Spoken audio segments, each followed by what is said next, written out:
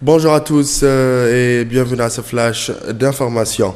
À la une, au cours de sa séance plénière du lundi, l'Assemblée nationale a adopté un projet de loi portant modification de certaines dispositions de la loi numéro 048 du 27 novembre 2005 relative au blanchiment d'argent et au financement du terrorisme. Dans son intervention devant l'Assemblée nationale, le ministre de la Justice, M. Sidi Ould Zeine, a indiqué que ce projet de loi vise à harmoniser nos législations dans le domaine de la lutte contre le blanchiment d'argent et le financement du terrorisme avec les conventions internationales, avec les lois en vigueur dans notre environnement régional et international.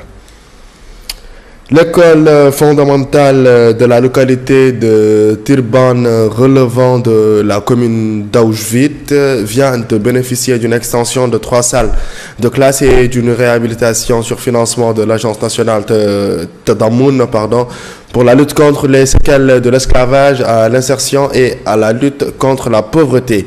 Cette réalisation a été inaugurée lundi soir par le directeur général de l'Agence nationale Tadammoun pour la lutte contre les séquelles de l'esclavage, à l'insertion et la lutte contre la pauvreté, M. Hamdi Ould Mahjoub. Les partenaires allemands sont très satisfaits du niveau d'exécution des projets en Mauritanie pour la période écoulée et ont décidé d'augmenter leur aide de 35%. Le ministre espagnol de la Défense, M. Pedro Morenes, est arrivé lundi soir à Nouakchott pour une visite de 2 jours en Mauritanie. Il a été accueilli à son arrivée à l'aéroport de Nouakchott par M. Diallo Mamadou Badja, ministre de la Défense nationale.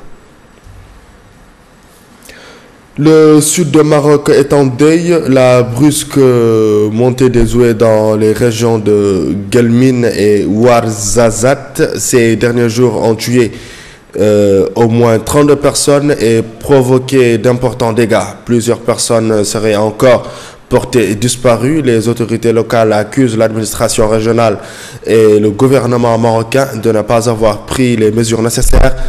Intempéries et crues ne sont pas rares au Maroc, mais l'intensité de ces précipitations a été qualifiée d'exceptionnelle. Pas de justice, le nouveau ministre de la Culture, Adama Sagnon, ex-procureur sous le président déchu Blaise Compaoré, a démissionné sous la pression de la société civile qui lui reprochait son implication dans l'affaire du journaliste dont l'assassinat en 1998 avait embrassé le pays, a annoncé le gouvernement. Et au Nigeria, une deuxième explosion kamikaze dans un marché de Maïdougouri.